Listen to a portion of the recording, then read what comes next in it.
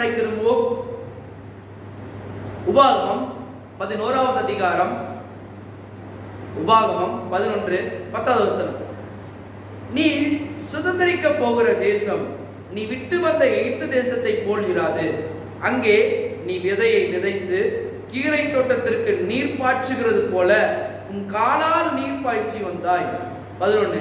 நீங்கள் சுதந்திரிக்க போகிற தேசமோ மலைகளும் பள்ளத்தாக்குகளும் உள்ள தேசம், அது வானத்தின் மழை தண்ணீரை குடிக்கும் தேசம். 12. அது உன் தேவனாகிய கர்த்தர் விசாரிக்கிற தேசம். வருஷத்தின் துவக்கம் முதல் வருஷத்தின் முடிவு மட்டும் எப்பொழுதும் தேவனாகிய கர்த்தரின் கண்கள் அதன் மேல் வைக்கப்பட்டிருக்கும். பாருங்க, வருஷத்தில் தேவனுடைய வாக்குத்தத்தங்கள் பாருங்க, அவர் எப்படி வழி நடத்துறார் பாருங்க. ஒன்றில்லாதவங்க, ஒரு அடிமைத்தனத்தில் இருந்த ஜனங்களை தேவன் மீட்டு எடுத்து கொண்டு வந்து எவ்வளவு வல்லமையான காரியங்களுடைய வாழ்க்கையில செய்ய போகிறார் என்பதை மோசையின் மூலமாக செகண்ட் ஜெனரேஷனுக்கு அவர் சொல்றது பார்க்கிறோம். இரண்டாவது தலைமுறைக்கு அவர் சொல்றாரு பாருங்க, நீங்கள் சுதந்திரிக்க போகிற தேசம் எப்படி இருக்க போகுது, அது எப்படி வல்லமையான தேசமா இருக்க போகுது பாருங்க. இதெல்லாம் எடுத்து இது என்னன்னு சொல்லி நியூ இயர் சர்வீஸ்ல எடுத்தேன். இதை கேட்காதவங்க அதை போய் கேளுங்க, உங்களுக்கு இன்னும் விரிவா தெரியும். எப்படிலாம் தேவன் ஆசீர்வதிக்கிறாரு, எப்படி இந்த வருஷத்தின் துவக்கத்தில் எப்படி இருப்பாரு, வருஷத்தின் துவக்கம் முதல் முடிவு மட்டும் கர்த்தருடைய கண்கள் இருக்கிறது, அது எப்படியெல்லாம் இருக்க போகிறது, இது எந்த காலகட்டங்களில் எப்படி எழுதப்பட்டது என்று நியூ இயர்ல தெளிவா எடுத்தேன். இப்ப இதுல இருந்து தொடர்ந்து நாம் தொடர போகிறோம். இது இரண்டாவது தலைமுறைக்கு மோசே பாருங்க எப்படிப்பட்ட தேசத்தை சுதந்திரிக்க போகிறோன்னு சொல்லி அவர்களை வழி நடத்துகிறார். ஆனா இன்னைக்கு நம்ம என்ன நினைக்கிறோம் அப்படின்னா, நியூ இயர் நல்லா இருந்துச்சு, கர்த்தருடைய வார்த்தை நல்லா இருந்துச்சு, ஆசீர்வதிப்பாரு தெரியும். ஆனா ஒவ்வொரு வருஷமும் இதை நினைக்கிறோம். அதுக்கப்புறம் எப்படி போகுது? நான் சொல்ல மாதிரி சில பேருக்கு நல்லா இருக்குது, சில பேருக்கு ஒரு மாதிரி போகுது. சில பேருக்கு பாருங்க சில காரியம் அப்படியே புரட்டி எடுத்தது மாதிரி அவங்களுடைய வாழ்க்கையில தோணுது. சில பேரை கேட்டோம்னா நியூ இயர் எப்படி இருக்குன்னு சொல்லுவாங்க, ரொம்ப நல்லா இருந்துச்சுங்க. சில பேரை கேட்டோம்னா எப்படி சொல்லுவாங்க, என்னங்க 2025 ரொம்ப மோசமா முடிஞ்சுங்க, போங்க 2026 நல்லா இருக்கட்டும். சில பேரை கேட்டோம் ஆளாளுக்கு ஒன்று சொல்றாங்க.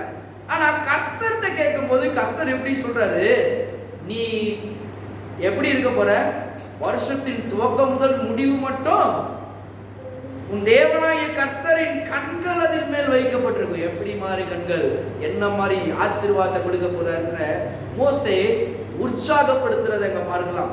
அங்க பாருங்க, மோசே உற்சாகப்படுத்துறாருப்பா, இந்த மாதிரி தான் தேவன் உன்னை ஆசீர்வதிக்க விரும்புறாரு. ஆனா நீ ஏன் இப்படி நினைக்கிற, இந்த வருஷம் எப்படி இருக்க போகுமோ, இந்த வருஷம் எப்படி மாற போகுமோ, முதல் ஞாயிற்றுக்கிழமைக்குள்ள வந்துட்டோம், எப்படி இருக்க போகுதோ பாருங்க. நிறைய கேள்விகள். பதில் என்னவா இருக்கும் ஏற்கனவே நான் எடுத்து காமிச்சேன், இன்னும் தொடர போகிறோம். அப்ப முதலாவது நாம் என்ன பண்ண வேண்டும், கர்த்தருடைய வார்த்தையை தரிசனம் உடையவர்களாய் இருக்க வேண்டும். தரிசனம் எங்க இருந்து வருகிறது? கர்த்தருடைய வார்த்தையை பற்றும் பொழுதுதான் தரிசனம் நம்முடைய வாழ்க்கையிலே வருகிறதா இருக்கிறது. குவாலிட்டி பர்சனாக இருக்கணும் பாருங்க. நம்முடைய வாழ்க்கை நல்ல வாழ்க்கையா இருக்கணும்னா வார்த்தை உடையவர்களாய் இருக்க வேண்டும், தரிசனம் உடையவர்களாய் இருக்க வேண்டும். அப்படின்னா எப்படி சொல்லலாம் அப்படின்னா, வார்த்தை உடையவர்களாய் இருக்க வேண்டும். பாருங்க, இப்ப கர்த்தருடைய வார்த்தை உங்களுடைய கண்கள்ல நீங்க எடுத்துக்கிறீங்களா? இந்த வசனத்தின்படி வேர்வை இல்லாத ஐஸ்வர்யத்தை எங்க தர, நீ பாய்ச்சுகிறது காலா நீர் பாய்ச்சுகிறார். நீ சுதந்திரிக்க போகிற தேசமோ மலைகளும் பள்ளத்தாக்குகளும் உள்ள தேசம், அது வானத்தின் மழை தண்ணீரை. எகிப்து நாட்டில் என்ன இருந்துச்சு? நைல் நதி தான் இருந்துச்சு. அந்த நதியை வச்சுதான் அவங்களுக்கு ஏதோ இது, அதை வச்சுதான் கொண்டு வரணும், எல்லாமே கஷ்டப்பட்டு. ஆனா இங்க வரும்போது கர்த்தருடைய பாருங்க, அவருடைய ஆசீர்வாதத்துக்கு கீழே வரும்பொழுது எப்படி இருக்குது? அந்த சுதந்திரிக்க போற தேசம் மழையை பெய்ய பண்ணும். இவங்க ஆட்டோமேட்டிக்கா போய் எங்கேயோ இருந்து தண்ணியை தூக்கிட்டு வந்து ஊத்தி இது பண்றதுக்கு. ஆனா இவங்க போற தேசம் எப்படி இருக்கு? வானத்து மழை தண்ணி அது ஆட்டோமேட்டிக்கா கொட்டி அது ஆட்டோமேட்டிக்கா விளைய செய்யும் பாருங்க. இவங்க கஷ்டப்பட்டு விளைய வைக்கிறாங்க அந்த நாட்டுல. ஆனா தேவனுடைய அந்த தேசத்துக்கு வரும்போது ஆட்டோமேட்டிக்கா பயிர் விளைய ஆரம்பிக்கும் பாருங்க. இது ஈஸியா இல்ல கர்த்தர் கொடுக்குற தேசம் ஈஸியா? கர்த்தர் கொடுக்குற தேசம் தான் ஈஸியான தேசம். அது தேவனாய கர்த்தர் விசாரிக்கிற விசாரிப்பற்று கடந்தாங்க, அடிமைத்தனத்துல கடந்தாங்க. 430 ஆண்டுகள் அடிமைத்தனம். யாரா காப்பாத்துவ? எதுக்குமே எய்த்து பேசுனா அடி, எய்த்து பேசுனா மிதி. ஒவ்வொரு நாளும் கஷ்டப்பட்டாங்க. நீ பாருங்க, உலகத்தில் அப்படிதான் கஷ்டப்படுறோம். பேசினாலே சில பேர் விட மாட்டாங்களே, பேசினாலே சில பேர் அகற்றாங்க, பேசினாலே எனக்கு அந்த சுதந்திரம் கூட இல்லாமல் இருக்கிற, நம்ம சுதந்திரத்தை கூட சில பேர் வெளிப்படுத்த முடியாம பாருங்க அப்படி இருக்கிறோம். கரெக்டாக சொல்றாரு, அங்க இருக்கிற மாதிரி இருக்க மாட்டேன். 2026 எப்படி இருக்கும் போது, இது தேவன் விசாரிக்கிறவரா இருக்க போதாது. உன்னை விசாரிக்கிற கர்த்தர் ஒருவர் இருக்கிறாரு, உன்னை ஆசீர்வதிக்கிற கர்த்தர் ஒருவர் இருக்கிறாரு. பாருங்க, இப்படிப்பட்டவர் தான் நம்முடைய கர்த்தர். இன்னைக்கு எங்க போய் கேட்டாலும் என்ன சொல்றாங்க மற்றவங்க, மற்ற யார்ட்டையும் நீங்க போய் கேட்டா, ஏதோ ஆண்டவன் விட்ட வழியை போல இந்த வருஷத்தை என்ன பண்ணிக்கோ, எடுத்துக்கோ, நன்மையை தந்தா வாங்கிக்கோ, கெட்டதை தந்தாலும் வாங்கிக்கோ.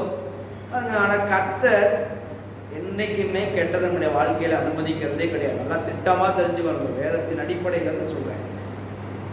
தவறுகள் நடக்கிறதுனா அது எங்க இருந்து வருது? நாம தான் செய்யணுமே தவிர கர்த்தர் ஒரு நாளும் செய்யறதே கிடையாது. பாருங்க, தப்பு செய்யறது கர்த்தர் கிடையாது. நம்ம தவறா நினைச்சு அதை நம்ம தவறா சூஸ் பண்ணனாலதான் பிரச்சனையின் மேல பிரச்சனை, போராட்டத்திற்கு மேல போராட்டம். அதான் ஞானமாய் காரியங்களை செய்யும் போது வாழ்க்கை எப்படி இருக்கும்? ஞானமாய் இருக்கும். அதனாலதான் ஆண்டவராய் இயேசு கிறிஸ்து ஒரு வசனத்தை விதமாய் சொன்னார். மத்தேயு 6வது அதிகாரம், மத்தேயு 6, மத்தேயு 6வது அதிகாரம், மத்தேயு 6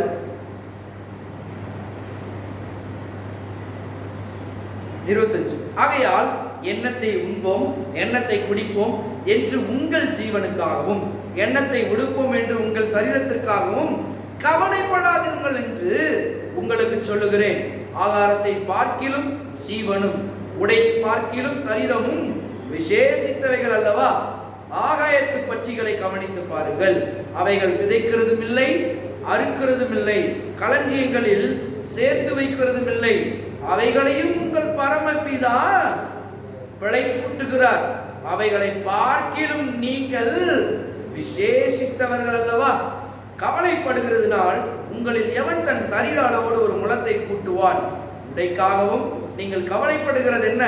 காட்டு புஷ்பங்கள் எப்படி வளர்கிறது என்று கவனித்து பாருங்கள். அவைகள் உழைக்கிறதும் இல்லை, நூற்கிறதும் இல்லை. என்றாலும் சாலமோன் முதலாய் தன் சர்வ மகிமையிலும் அவைகளில் ஒன்றை போலாகிலும் உடுத்தி இருந்ததில்லை என்று உங்களுக்கு சொல்லுகிறேன். அற்ப விசுவாசிகளே, சொல்றார், அற்ப விசுவாசிகளே, இன்றைக்கு இருந்து எப்பா இதெல்லாம் நல்லா கவனி. காட்டு புஷ்பத்துக்கு கொடுத்து விற்கிறாரு, தேவைகளை சந்திக்கிறாரு, விலங்கினுடைய தேவைகளை சந்திக்கிறாரு, உலகத்துல என்னென்ன இருக்கோ அவர் தான் எல்லாத்தையும் செய்யறாரு. காட்டு புஷ்பங்களை கவனிச்சு பாருங்க. அது ஒவ்வொரு நாளும் ஒவ்வொரு புஷ்பம் பாருங்க. எல்லோ கலர்ல இருக்குது, ஒயிட் கலர்ல இருக்குது. பாருங்க, இன்னைக்கு நிறைய பேர் ட்ரெஸ் போட்டீங்க, எத்தனை பேர் பாருங்க அந்த ட்ரெஸ்லேயே பூ கலர்லாம் இருக்குது. என்னென்ன பூ, என்னென்ன கலர் நிறைய இருக்குது பாருங்க. ஆனா நேராவே கர்த்தர் என்ன பண்றாரா, அந்த கலரை யாரா உடுத்து விற்கிறது? கர்த்தர் உடுத்து விற்கிறார். சொல்றாரு, அப்பா அது கவலைப்படுறது இல்லை, எனக்கு என்ன கலர் வரப்போகுதுமோ, நல்லா இருப்பேன், நல்லா இருக்க மாட்டேன். ஆனா ஒவ்வொரு பூவையும் பார்க்கும்போது அழகா இருக்குது.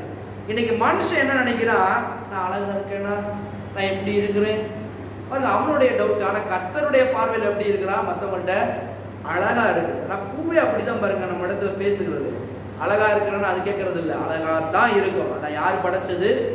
கர்த்தர் படைச்சார். ஆனா நம்ம ஆட்கள் எப்படி இருக்காங்க? கர்த்தர் சொல்றாரு, அற்ப விசுவாசிகளே, இன்றைக்கு இருந்து நாளைக்கு அடுப்பிலே போடப்படும் காட்டு புல்லுக்கு பாருங்க எப்படி சொல்றாரு, தேவ நிவேதமாய் உடுத்து விற்கிறது அவர் தான். அவர் சொல்றார், உடுத்து வித்தால் உங்களுக்கு உடுத்து விற்பது அதிக நிச்சயம். ஆகையால் இவர் சொல்றாரு, இதெல்லாம் சொல்லிட்டு வந்தனே, எல்லாம் கவனிச்சுக்கோ.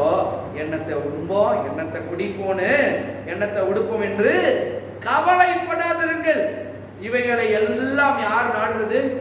அஞ்ஞானிகள் நாடி தேடுகிறார்கள். இவைகள் எல்லாம் அஞ்ஞானிகள் நாடி தேடுகிறார்கள். இவைகளை எல்லாம் பாருங்க, கர்த்தருக்கு தெரியுமா தெரியாதா? இவைகள் எல்லாம் உங்களுக்கு வேண்டியவை என்று உங்கள் பரமபிதா அறிந்திருக்கிறார். எல்லாம் சேர்ந்து வாசிப்போம். 33. முதலாவது தேவனுடைய ராஜ்யத்தையும் அவருடைய நீதியையும் தேடுங்கள், அப்பொழுது இவைகள் எல்லாம் உங்களுக்கு கர்த்தர் கொடுப்பாரு. ஆனா இன்னும் கூட கொடுக்கணும் அப்படின்னா முதலாவது தேவனுடைய ராஜ்யத்தையும் அவருடைய நீதியையும் தேடும் பொழுது இவைகள் எல்லாம் கர்த்தர் என்ன பண்ணுவாரு? கூட கொடுப்பாரு. அப்ப கொடுப்பேன்னு சொன்னவரு நிச்சயம் கொடுப்பாரா மாட்டாரா? கொடுப்பாரு. இன்னைக்கு அதே போலத்தான் பாலும் தேனும். அன்னைக்கு அதே பாருங்க, வசனம் ரெடியா இருக்கு, வாக்குத்தத்தம் ரெடியா இருந்துச்சு, இவங்க சுதந்திரிக்க போறதுதான் அது. ஆனா 10-11 நாள் கடக்க வேண்டியது எத்தனை வருஷம் கடந்தாங்கன்னு சொன்னேன்? 40 வருஷம். இதுவே பெரிய ஆச்சரியம். இன்னைக்கு பாருங்க, கர்த்தர் நம்ம கொடுத்த வார்த்தைகள் பாருங்க, வியாழக்கிழமை நியூ இயர் வந்துச்சு, வெள்ளி சனி ஞாயிறு ஞாயிற்றுக்கிழமை 3 நாள். தேவனுடைய வார்த்தைகள் நமக்குள்ள வரணும் அப்படின்னா, நம்முடைய வாழ்க்கையில கிரியை செய்யணும்னா நம்ம என்ன பண்ணணும் அப்படின்னா, விசுவாசிகளை போல தேவனை முழுக்க முழுக்க முழுக்க நாட வேண்டும் என்று கர்த்தர் விரும்புகிறார். நீ என்ன பண்ண, மறுபடியும் 2026ல உலகம் பிரகாரமான போக்களே திரும்ப போகாத. இவங்க அப்படிதான் பாருங்க, அங்க இருக்கும்போது நல்லா இருந்தோம், இங்க இருக்கும்போது ஒண்ணும் இல்லை. வனாந்திரத்துல வந்ததுக்கு அப்புறம் பேச்செல்லாம் வித்தியாசமா மாற ஆரம்பிக்குது. கர்த்தர் கொடுப்பாரா?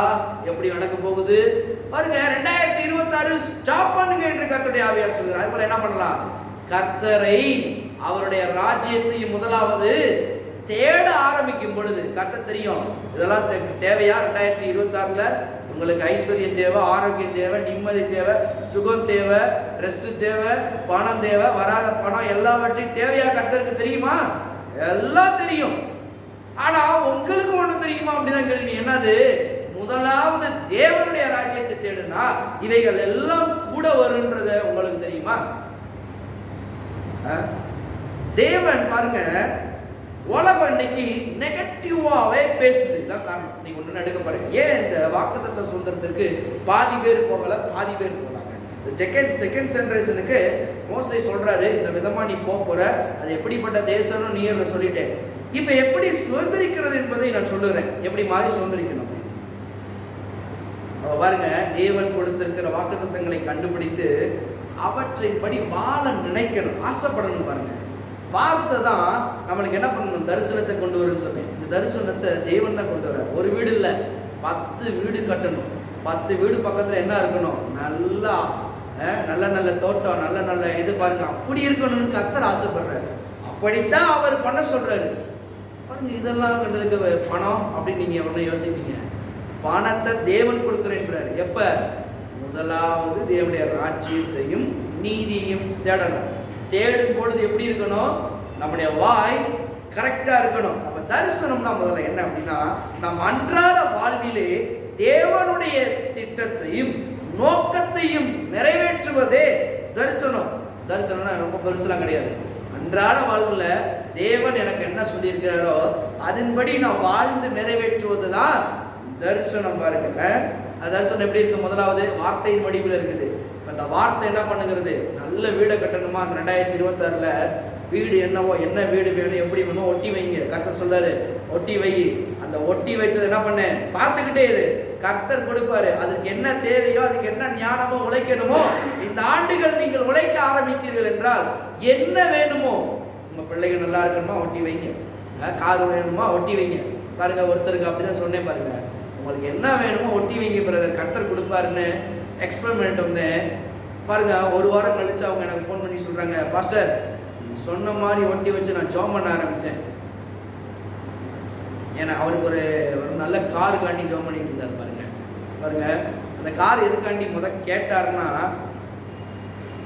அவங்க குடும்பம் கொஞ்சம் பெரிய குடும்பம். பாருங்க, எங்கேயா போகணும் வரணும்னா பாருங்க, ஏதாவது ரொம்ப சிக்கல், ஒவ்வொருத்தரும் ஒவ்வொரு திசையில போயிட்டு வரவங்களோடது பாருங்க, ஏதாவது ஒன்றுச்சுக்கு இதை பண்ணுது, மலையில நினைச்சு நிறைய ஒரு இது, ஒரு சர்ச்சுக்கு போனதுனால அப்படி இருக்குது. ஆனால் சொல்றாரு பாஸ்டர், முதலாவது நான் அந்த சர்ச்சுக்கு போறதுக்குள்ளேயும் ரொம்ப பாடாப்படுத்தி அந்த பிள்ளைகளை ஏற்றி இறக்கி இது பண்ணி, நானும் டயர்டாயிடுறேன், அவளும் டயர்டாயிடுறா. பிள்ளைகள் சர்ச்சுக்கு வந்தால் எனக்கு டயர்டான நேரத்தில் எனக்கு தூக்கம் வருது, அவளுக்கும் தூக்கம் வருது. இந்த பிள்ளைகளை வச்சுக்கிட்டு வார்த்தையை கவனிக்க முடியல. எனக்கு ஒரு நல்ல கார் இருந்தால் நல்லா அருமையாக கொண்டு வந்து இறக்கி நல்லா வார்த்தையை கேட்டு திரும்ப அருமையாக கொண்டு போவேன் பாஸ்டர் அப்படின்னு. நல்ல இதுதான் தரிசனம். கர்த்தருடைய ஆலயத்துக்கு போய் வார்த்தையை கேட்டு நல்லா இருந்து வேற எங்கே போனாலும் என் குடும்பத்தையும் காப்பாற்றணும். பாருங்க, மழையில் நினைஞ்சு அதில் ஒரு சளி பிடிக்குது, சிக்காகுது, எல்லாவற்றிலிருந்து பாதுகாக்கிறது இப்போ எது? நல்ல கார் தான். கர்த்தர் அதுக்கு என்ன பண்றாரு, இந்த பாதுகாவலை பாருங்க, கர்த்தர் எந்த விதத்துல அனுப்ப முடியும், கர்த்தருடைய காரம் அதை செய்ய முடியும். பாருங்க, இப்போ அவர் ஜெபம் பண்ணாரா, சொன்ன மாதிரியே ஒட்டி வச்சு இந்த காருக்காக, பாருங்க ஆட்டோமேட்டிக்காக அவருடைய வேலை பார்க்குற இடத்துல இருந்து கால் பண்ணாங்களாம், பிரதர் இது வரைக்கும் நீங்கள் வந்து சக்ஸஸ்ஃபுல்லாக 20 வருஷம் வேலை பார்த்துருக்க நீங்கள் நம்முடைய கம்பெனியில் வேலை பார்த்ததுக்காக நாங்கள் என்ன பண்ணுறோம் அப்படின்னா, எல்லாத்துக்கும் நாங்கள் ஒன்று செய்வோம். நாங்கள் என்ன பண்ணுறோம், உங்களுக்கு எப்போதுமே என்ன பண்ண மாட்டோம், எங்களுடைய கையில் இருந்து டைரெக்டாக உங்கள் கையில் என்ன வராது, பணம் வராது. அதுக்கு பதிலாக நீங்கள் ஏதாவது ஒரு பொருளை வாங்கிக்கோங்க, அந்த பொருளுக்கு நாங்கள் என்ன பண்ணுறோம், காசை நாங்களே அடைச்சிருவோம் அப்படின்னாங்களாம். பாருங்க, இவர் சொன்னாரா, அது எவ்வளவுன்னு தெரிஞ்சால் தானே நான் எதாவது பண்ண முடியும் அப்படின்னு. இல்லை, நீங்கள் எதுனாலும் சூஸ் பண்ணுங்கள், அந்த எலிஜிபிளுக்குள்ளே நம்ம கம்பெனி அப்படி கொடுக்க முடியும்னா நாங்கள் அதை பண்ணுறோம் அப்படின்னு. பாருங்க, அவர் சொன்னாரா, யோசிக்காமல் டக்குன்னு எனக்கு ஒரு கார் வேணும், அதுக்காக நான் யோசிச்சுக்கிட்டு இருக்கிறேன், அதுக்காக நான் ரொம்ப நாளாக அதை ட்ரை பண்ணுறேன், அந்த கார் இந்த கார் தான், இதோடைய ரேட்டு தான் அப்படின்னு. பாருங்கள், யோசிக்காமல் அவங்க சொன்னாங்களா, நீங்கள் சொன்னதை காட்டிலும் எலிஜிபிளுக்கு அது கம்மியாக தான் இருக்குது, உடனே அந்த காரை புக் பண்ணுங்கள், நாங்கள் ஆட்டோமேட்டிக்காக அங்கேருந்து நாங்கள் பணத்தை போட்டுருவோம் அப்படின்னு. பாருங்க, அவர் காரை வாங்கிட்டு வந்து என்கிட்ட நடுவில் நான் போகும்போது அவர் பார்த்தாரு, இந்த விஷயத்தில் அப்போ தான் சொன்னார், கர்த்தரால் செய்ய முடியுமா. பாருங்க, நம்முடைய தரிசனம் கரெக்டாக இருந்துச்சுன்னா தேவன் கொடுக்க ரெடியாக இருக்கிறார். பாருங்க, அவர் அதை எடுத்துகிட்டு போய் நான் ஊர் சுற்றணும் பாஸ்டர், சர்ச்சுக்கெல்லாம் வரக்கூடாது, நல்லா சனிக்கிழமை ஞாயிற்றுக்கிழமை ஆயிடுச்சா எடுப்பேன் பாருங்க, ஒரு எடுத்தேன்னா அப்படியே கொடைக்கானலுக்கு ஏறி நல்லா சுற்றிட்டு அப்படி வந்தால். அதான் பாருங்க, நம்ம தரிசனமும் நோக்கமும் கரெக்டாக இருந்துச்சுன்னா தேவனே அதை ப்ரொவைட் பண்ணுவார். யார் மூலமாகுது பண்ணுவாரா, பண்ண மாட்டாரா? நிச்சயம் பண்ணுவார். அதனாலதான் முதலாவது என்னைக்குமே அதான் கர்த்தர் சொல்ற, முதலாவது தேவனுடைய ராஜ்யத்தையும் அவருடையது, அவருக்காக எல்லாத்தையும் நீங்க ஃபர்ஸ்ட் ப்ரிஃபரன்ஸ் கொடுத்து ஃபர்ஸ்ட் நீங்க பண்ணும்போது, அதுக்காக நீங்க தரிசனத்தோடு அதுக்கான முயற்சிகளோடு நீங்க விசுவாசிக்கும் போது தேவன் நல்ல காரியங்களை செய்வார். வீடெல்லாம் கட்டுறீங்களா, நான் சொல்றேன் தீர்மானம் எடுக்கணும். பாருங்க, இந்த வீடு கட்டுறேன்னா கர்த்தருடைய கிருபையாக கிடைச்சிச்சு, நீங்களாம் அதுக்கெல்லாம் சொல்லணும். பாருங்க, பக்கத்து ஏதாவது என்ன பண்ணுவேன், நான் மாசத்துல ஒரு தடவை என்ன பண்ணுவேன், நல்லா இதில் என்ன பண்ணுவேன், கர்த்தருடைய பிள்ளைகளை கூப்பிட்டு வந்து கர்த்தரை உயர்த்துறதுக்கு என்ன பண்ணுவேன், ஒரு நாளை கொடுப்பேன் ஆண்டவரே. ஆனால் இப்படி தான் ஒருத்தவங்க அப்படி தான் ஜெபம் பண்ணாங்களாம்.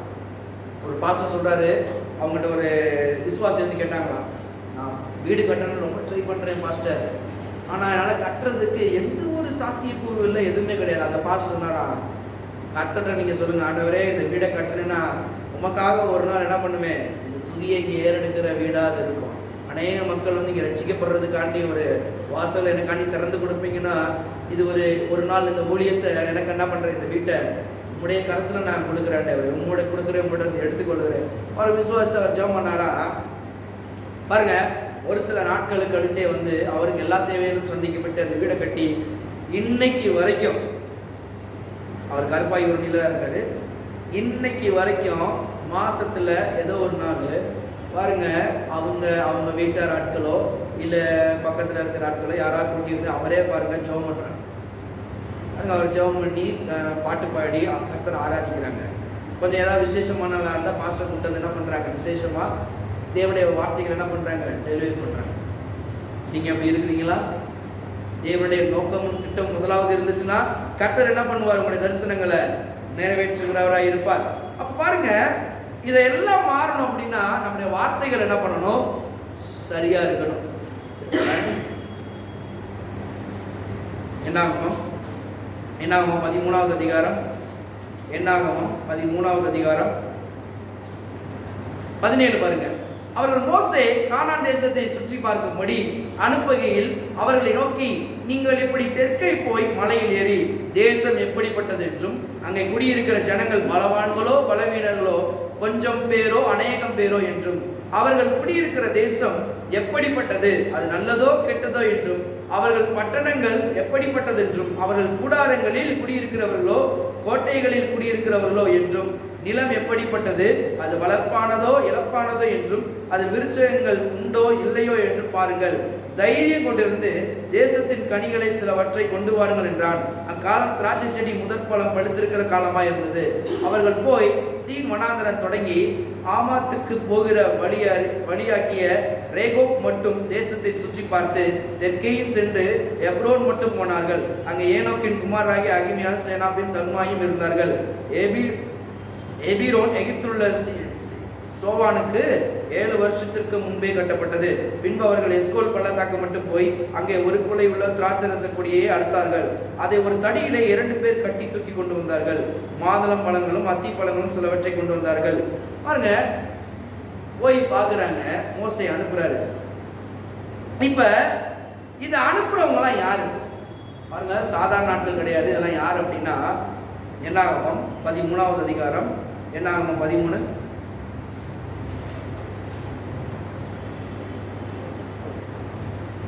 என்னாகமம் 13:3 பாருங்களேன். என்னாகமம் 13:3 மோசே கர்த்தருடைய வாக்கின்படியே அவர்களை பாரான் வனாந்தரத்தில் அனுப்பினான். அந்த மனிதர்கள் யாவரும் இஸ்ரவேல் புத்திரரின் தலைவர்கள். ஒவ்வொருத்தரையும் அனுப்புறான். ஒவ்வொருத்தரும் எப்படி இருக்கிறாங்க? தலைவர்கள், கோத்திரத்தின் தலைவர்கள். இவர்கள்லாம் யாரு? ஒவ்வொரு கோத்திரத்தை ரன் பண்றவங்க. கிட்டத்தட்ட இவங்களுக்கு கீழே எத்தனை பேர் இருக்கிறாங்க? நிறைய பேர் இருக்கிறாங்க.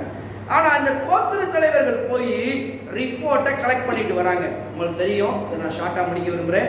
ரிப்போர்ட்டை கலெக்ட் பண்ணிட்டு வராங்க. அங்க உள்ள கொலை நல்ல கொலை தான், கர்த்தர் சொன்ன மாதிரியே அந்த வார்த்தைகள் எல்லாம் உங்களுக்கு தெரியும். வீட்டில் போய் படிங்க. என்னாகமம் 13வது அதிகாரம் 21வது வசனம் பாருங்க. அவர்கள் போய் சீன் வனாந்தரம் தொடங்கி ஆமாத்துக்கு போகிற வழி அருகே ரேகோப் மட்டும் தேசத்தை சுற்றி பார்த்து பின்பு பாருங்க 24 நடுப்பகுதி ஒரு திராட்சை கொடி அறுத்தார்கள். அதை ஒரு தடியில 2 பேர் கட்டி தூக்கி கொண்டு வந்தார்கள். மாதுளம் பழங்களிலும் அத்தி பழங்களிலும் சிலவற்றை கொண்டு வந்தார்கள். பாருங்க, இப்ப கொண்டு வராங்க. இப்ப பாருங்க 24 இஸ்ரவேல் புத்திரர் அங்கே அறுத்த திராட்சை கொலை நிமித்தம் அவ்விடம் எஸ்கோல் பள்ளத்தாக்கு எண்ணப்பட்டது. அவர்கள் தேசத்தை சுற்றி பார்த்து 40 நாள் சென்ற பின்பு திரும்பினார்கள். இப்ப திரும்பி வராங்க. என்ன நடக்குதுன்னு பாருங்க. 27 வசனம் பாருங்க. கர்த்தர் சொன்ன மாதிரி இப்படி இருக்கான்னு பாருங்க. அவர்கள் மோசேயை நோக்கி, நீர் எங்களை அனுப்பின தேசத்துக்கு நாங்கள் போய் வந்தோம். அது பாலும் தேனும் ஓடுகிற தேசம் தான். இது அதனுடைய கனி. அப்ப கர்த்தர் சொன்ன வார்த்தைகள் சரியா இல்லையா? மோசே சொன்னது சரியா இல்லையா? இப்படியெல்லாம் உங்களுக்கு இருக்க போகுது. அவர் கொடுத்த தேசம் உங்களை ஆசீர்வதிக்க போறது சொன்ன மாதிரியே அப்படியே இருக்குது. இருந்துச்சா இல்லையா? அப்ப இந்த நியூ-இயர்ல கர்த்தருடைய வாக்குத்தத்தங்கள் அப்படியே நிறைவேறுமா? நிறைவேறாதா? நிச்சயம் நிறைவேறும். அது உங்களுக்கே தெரியும், நடக்கும், வாய்க்குன்னு தெரியும். ஆனா என்ன பிரச்சனை?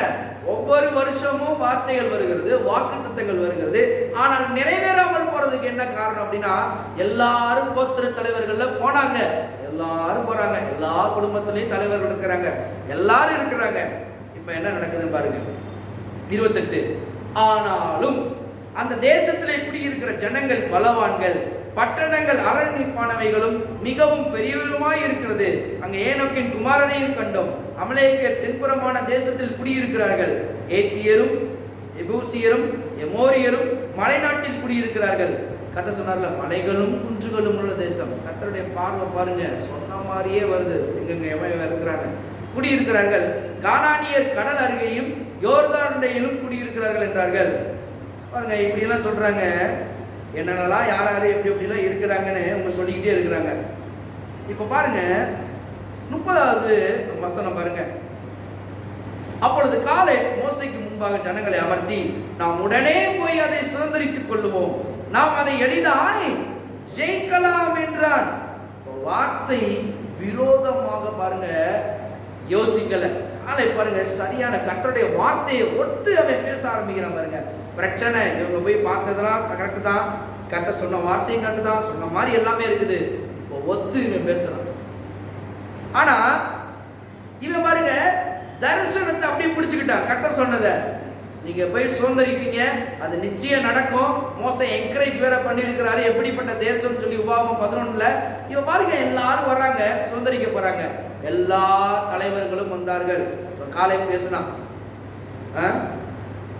மனதிலே வைக்க வேண்டும் கர்த்தருடைய வார்த்தையை சொல்றா. பாருங்க, நீ சொன்ன மாதிரியே அது பாலும் ஓடுகிற தேசம் தானே சொல்றான். ஆனா இவங்க எப்படி சொல்றாங்க பாருங்க. அடுத்தது பாருங்க, 31 அவனோட கூட போய் வந்த மனிதரோ, நாம் போய் அந்த ஜனங்களோட எதிர்க்க நம்மனாலே கூடாது, அவர்கள் நம்மை பார்க்கிலும் பலவான்கள் என்றார்கள். இவனும் கோத்திரத்தின் ஒரு தலைவன் தான் சொல்றவனும். அதனாலதான் வீட்டின் தலைவர்கள் இல்ல வீட்டின் தலைவிகள் என்ன பேசுகிறோம் என்பதில் ஜாக்கிரதையா இருக்க வேண்டும். இன்னைக்கு பாருங்க, கர்த்தருடைய வார்த்தை எல்லாம் வந்துருச்சு. இப்ப அதுக்கு நடக்கணும் அப்படின்னா நீங்கள் தான் முழு பொறுப்பை எடுக்க வேண்டும். பாருங்க என்ன 14:1, அப்பொழுது சபையார் எல்லாரும் கூக்குரலிட்டு புலம்பினார்கள், ஜனங்கள் என்று முழுவதும் அழுது கொண்டிருந்தார்கள். 26 சிரிக்கிறதோ அழுகிறதோ உங்களுடைய கையில தான். கோத்திர தலைவர்கள் தவறான வார்த்தையை சொன்னனால அவர்களுடைய கோத்திரங்கள்ல எல்லாரும் அழுது கொண்டிருந்தார்கள். ஐயோ போச்சு. என்ன மாதிரி பாருங்க, கோத்திர தலைவர்கள காலேபும் யோசேப்பு சொல்லும் பொழுது அந்த ஜனங்கள் எப்படி இருந்தாங்க? உறுதியாக்குறாங்க பாருங்க. ஈஸியா போய் ஜெயிக்கலான்னு பின்னாடி உள்ள அனைத்து ஜனங்கள் எப்படி இருந்தாங்க? ஓ, ஈஸியா போய் ஜெயிச்சிடலாம். அதனாலதான் பாஸ்டர் ரொம்ப முக்கியம். அவர் என்ன விசுவாசத்தோட இருக்காரு ரொம்ப முக்கியம். அதுக்கடுத்து விசுவாசிகளுடைய குடும்பம் அதை விட முக்கியம். விசுவாசிகள் ஒவ்வொரு தலைவனும் தலைவியும் ரொம்ப ரொம்ப முக்கியம். என்ன பேசுகிறோம் என்பதை ஜாக்கிரதையாக இருக்க வேண்டும். தேவனுடைய வார்த்தையை விட்டு பேசுனதுனால் இப்பொழுது கூக்குரல் உண்டாகுது பாருங்க. கர்த்தருடைய வார்த்தையை அப்படி விட்டுட்டாங்க, தரிசனத்தை இழந்துட்டாங்க. வார்த்தைகள் தெளிவா இருக்குது, சொன்னபடியே கரெக்டா இருக்குது, அதை கண்ணாரையும் கண்டுட்டாங்க. அதனால சொல்றாங்க, உங்களுக்கு மட்டும் நடக்குது, கண்ணார கண்டாங்க, ஏன் எனக்கு நடக்க மாட்டேங்குது? சில பேர் கேள்வி, ஏன் நடக்க மாட்டேங்குது? பிரச்சனையே எங்க இருக்குது? வாய்தான் பிரச்சனை. அப்ப ரிப்போர்ட்ட ஒரு தவறா கொடுக்கறதுனால வார்த்தை எப்படி ஒரு தரிசனத்தை இழக்க ஆரம்பிக்குது பாருங்க. என்ன மாதிரி கர்த்தர் கொடுத்தாரு வருஷத்தின் துவக்கத்துல? உங்களுக்கு கொடுத்துருக்காரா? இங்க கொடுத்தாரா? உலகம் எங்கும் கொடுத்தாரா? உங்களுடைய வாக்குத்தத்தங்கள் கொடுத்துருக்காரா? கொடுத்தாரா? கொடுக்கலையா? கொடுத்தாரு. ஆனா ஏன் அது இது பண்ண மாட்டேங்குதுன்னா இதுதான் பிரச்சனை. பிரச்சனை எங்க இருக்கு? ரிப்போர்ட்டு தப்பா, தேவனுடைய வார்த்தையை மீறி பார்க்கும்போது தப்பா தான் இருக்கும். இப்ப எல்லா அற்புதங்களையும் இவங்க மறந்துட்டாங்க பாருங்க. சில பேர் இஸ்ரவேல் கோத்திர தலைவர்கள் தான் பாருங்க, தலைவர்கள் சரியில்லை, எல்லாம் முடிஞ்சு. அப்ப இவர்கள் பாருங்க தப்பா பேசி வரும்பொழுது எல்லாமே தவறுதலாய் மாறிக்கொண்டே வருகிறது. ஆனா சில பேசுனது பாருங்க, சரியா பேசினவர்கள் என்ன பண்ணாங்க? காலேபும் யோசுவாவும் உள்ளே நுழைந்து விட்டார்கள். இப்ப தவறான சிந்தனைகள்ல என்ன பண்ணக்கூடாது? பேசிட்டா தவறான சிந்தனைகள் நம்ம என்ன பண்ணுவோம்? போய்விடுவோம். தரிசனம் உடைய ஆட்கள், வேறு ஆட்கள், அவர்கள் என்ன பண்ணுவாங்க? சிறந்து விளங்குவாங்க, வாழ்க்கையை சிறந்து விடுவோம், அவங்களும் சிறந்து விடுவாங்க. என்ன ஆகும்? 14:6 பாருங்க. அவன் பேசுறது, தேசத்தை சுற்றி பார்த்தவர்களில் நூனின் குமாரனாகிய யோசுவாவும் எப்னோயின் குமாரனாகிய காலேபும் தங்கள் வஸ்திரங்களை கிழித்துக் கொண்டு இஸ்ரவேல் புத்திரரின் சமஸ்த சபையை நோக்கி, நாங்கள் போய் சுற்றி பார்த்து சோதித்த தேசம் மகா நல்ல தேசம். இந்த கேன பையன் கிறுக்கு பையன் கூட நான் சேர மாட்டேன், இவங்க கொடுக்கிற ரிப்போர்ட் எல்லாம் தப்பானதுன்னு சொல்லிட்டு 8வது வசனம், கர்த்தர் நம்மேல் பிரியமாய் இருந்து இருக்கிறார், இனியும் இருப்பார். அப்படிதான் என்னுடைய வசனத்துக்கு உண்டான அர்த்தம். இங்க எப்படி போட்டாங்க? பிரியமாய் இருந்தால்னு. ஆனா அப்படி வராது பாருங்க. கர்த்தர் நம்மேல் பிரியமாய் இருக்கிறார், இன்னும் இருப்பார். அந்த தேசத்திலே நம்மை கொண்டு போய் பாலும் தேனும் ஓடுகிற அந்த தேசத்தை நமக்கு கொடுப்பார். கர்த்தருக்கு விரோதமாக மாத்திரம் கலகம் பண்ணாதிருங்கள். அந்த தேசத்தில் ஜனங்களுக்கு நீங்கள் பயப்பட வேண்டியதில்லை. கர்த்தருடைய ஆவியானவர் சொல்றாரு, இன்னைக்கு இந்த உலகத்தில் இருக்கிற ஜனங்களை கண்டு பயப்படாதே என்று கர்த்தருடைய ஆவியானவர் சொல்றாரு. நீ பயப்படாத, அவங்க என்ன செஞ்சிருவாங்க, இவங்க எனக்கு என்ன செஞ்சிருவாங்க? கர்த்தர் சொல்றாரு, நான் உன் கூட இருந்து என்ன பண்றேன்? உன் பேரை பெருமைப்படுத்துறேன். இறுதியில் அது நடக்கும். அதுங்க காலேப் யோசுவாவும் தலைவர்கள் சரியாக இருக்கும் பொழுது வாழ்க்கை சரியாக இருந்தது. அப்ப இவர்கள் வேறு விதமா பேசுனதுதான் இது எல்லாத்துக்கும் காரணம். கர்த்தருடைய வார்த்தையை உறுதியா பிடிக்கிறாங்க, வார்த்தையை உறுதியா நம்புறாங்க, வார்த்தையே பேசல பாருங்க. இன்னைக்கு கர்த்தர் சொல்றாரு, நீங்கள் ஒழுங்கா இருந்தீங்கன்னா கர்த்தர் என்ன பண்ணுவாரு? உங்களை வழி நடத்துறது ஈஸியா இருக்கும். பயப்பட வேண்டியதில்லை, கலங்க வேண்டியதில்லை, திகழ வேண்டியதில்லை. பாருங்க, ஒரு தலைவன் இன்னைக்கு தலைவன் சரியா இருக்கும். குடும்பங்கள் ஏதாவது பிசாசு பிரச்சனை கொண்டு வர மாதிரி இருந்துச்சுன்னு சொல்லணும் பாருங்க.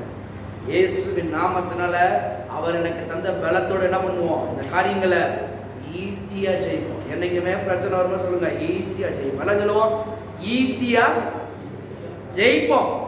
2026 வரக்கூடிய ஒவ்வொரு நாட்களிலும் ஈஸியா நாம் ஜெயிப்போம். எத்தனை பேர் சொன்னீங்க ஜெயிப்போம்? நிச்சயம் ஜெயிப்போம். அப்ப கர்த்தர் நம்மளுக்கு என்ன பண்றாரு, உதவி செய்கிறார். அப்ப கர்த்தரை பிடிச்சுக்கணும், கர்த்தருடைய வார்த்தையை முழுக்க முழுக்க நம்பணும். அப்படி நம்பாம என்ன பண்ணக்கூடாது, போயிடக்கூடாது. கர்த்தர் சொல்றாரு, இது உனக்கு தேவைன்னு எனக்கு தெரியும், அதை நான் என்ன பண்ணுவேன், தேவைகளை நான் சந்திக்கிறேன். என்ன பண்ணு, உறுதியா பிடிச்சுக்கோ. கர்த்தருடைய வார்த்தையை உறுதியா பிடிச்சுக்கோங்க. வார்த்தைகள் பெரிய காரியங்களை செய்யும். ஆமென். எத்தனை பேர் சொல்றீங்க பெரிய காரியங்களை செய்யணும்? முதலாவது வார்த்தையை பிடிச்சுக்கோங்க. அதுதான் தரிசனத்தை கொண்டு வரும். தரிசனம் தான் உங்க வாழ்க்கையில அப்ளை பண்ணுங்க. கர்த்தருடைய கொடுத்த வருஷத்தின் துவக்கம் கொடுத்த அந்த வார்த்தைகளை உறுதியா பிடிச்சு, பிரச்சனை வரும்போது, போராட்டம் வரும்போது எதிர்த்து நின்று, இதுதான் என் வாழ்க்கையில் நடக்குன்னு பேசுங்க. 2026 முடிகிறப்ப நீங்களே அப்படி சொல்லுவீங்க, பாஸ்டர் நீங்க சொன்ன மாதிரி கர்த்தர் எனக்கு கொடுத்த தேசத்துல நல்லா இருக்குன்னு சொல்லுங்க. ஆமென். நிச்சயம் 2026 முடிகிறப்ப நான் இப்பயே சொல்றேன், நல்லா இருக்கும். இன்னும் பெரிய இடத்துக்கு போயிடுவோம். நீங்க பெரிய பெரிய வீடுகளை கட்டுவீங்க, எல்லாவற்றையும் சுதந்திரிப்பீங்க. பாலும் தேனும் ஓடுகிற தேசம் போல உங்க வாழ்க்கையும் மாறி இருக்கும். எல்லா நன்மைகளால் நிறைந்திருக்கும். ஆமென். உலகத்தானுக்கு எப்படியே தெரியாது, அவனுக்கு அந்த பஞ்சமா இருக்கலாம், எதிரியா இருக்கலாம், படையா இருக்கலாம், போரால் என்ன நடந்திருப்போது. கர்த்தரை நம்புறவருக்கு கிருபை சூழ்ந்து கொள்ளும். அப்போ உங்களுக்கும் எனக்கும் கர்த்தர் சொன்ன மாதிரியே கிருபை, தயவு, இரக்கம், அவர் வானத்தின் பல கனிகள், ஆசீர்வாதம் எல்லாமே உங்களுடைய வாழ்க்கை, என்னுடைய வாழ்க்கையிலும் சூழ்ந்து கொள்ளும். ஆமென். கர்த்தருடைய பந்தி இருக்கிறது. ஆண்டவரை சொந்த இரட்சகராக ஆண்டவரை உள்ளத்தில் ஏற்றுக்கொண்டவர்கள், முழுகி ஞானஸ்தானம் பெற்றவர்கள் கர்த்தருடைய பந்தியிலே பங்கு கொள்ளலாம். பெற்றவர்கள் பின்னால போய் அமருங்கள்.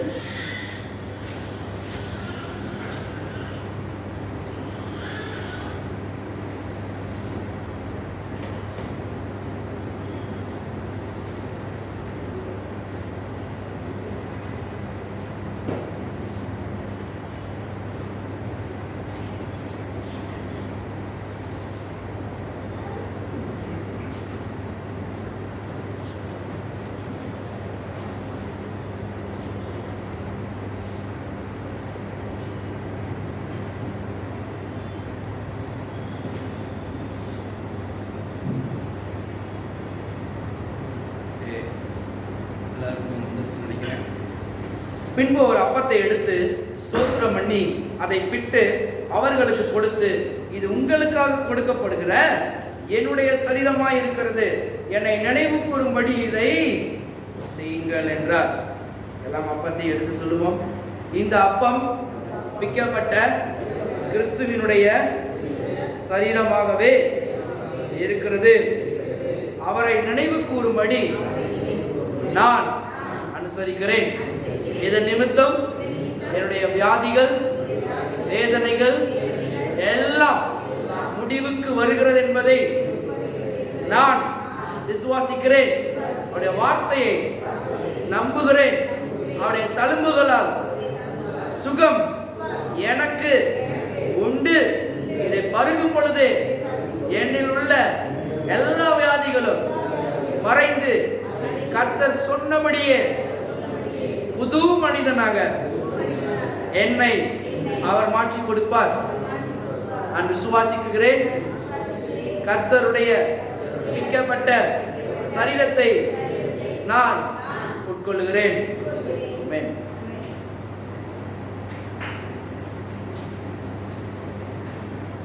போஜனம் பண்ணின பின்பு அவர் அந்தபடியே பாத்திரத்தையும் கொடுத்து, இந்த பாத்திரம் உங்களுக்காக சிந்தப்படுகிற என்னுடைய இரத்தத்தினாலாகிய புதிய உடன்படிக்கையா இருக்கிறது என்றார். எல்லாம் சொல்லுவோம். இந்த பாத்திரத்தில் உள்ள கிறிஸ்துவின் விலையேற பெற்ற இரத்தத்தை நான் விசுவாசிக்கிறேன். கிறிஸ்து சொன்னபடியே இந்த இரத்தம் என்னை பாவம், வியாதி அற என்னை கழுவி புதிய உடன்படிக்கைக்குள்ளாக, புதிய உடன்படிக்கைக்குள்ள எல்லா ஆசீர்வாதங்களையும் சுதந்தரிக்க கிறிஸ்துவின் ரத்தம் எனக்கு உதவி செய்கிறது என்பதை அவருடைய வார்த்தையின் மூலம் நான் விசுவாசிக்கிறேன், நான் பருகுகிறேன்.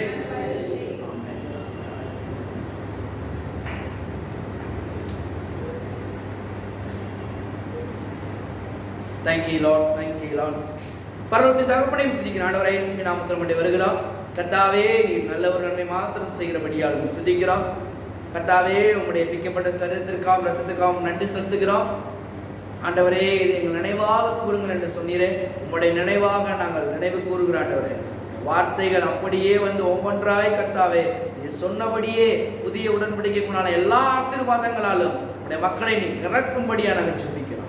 தகப்பனே இந்த காரியங்களை கர்த்தாவே நாங்கள் எண்ணி பார்க்க, தொடர்ந்து நீர் சிந்தப்பட்ட கர்த்தாவே அந்த இரத்தத்தையும் பிக்கப்பட்ட சரீரங்களையும் நாங்கள் கர்த்தாவே சிந்திக்க, அதிலிருந்து வெளிப்பாட்டை பெற்றுக்கொண்டு ஒவ்வொரு வியாதியிலிருந்து சுகமடைய பரிசுத்த ஆவியானவர் இந்த வேளையில் எங்களுக்கு உதவி செய்கிறீர். அதற்காக நன்றி. இயேசுவின் நாமத்தில் பிதாவே.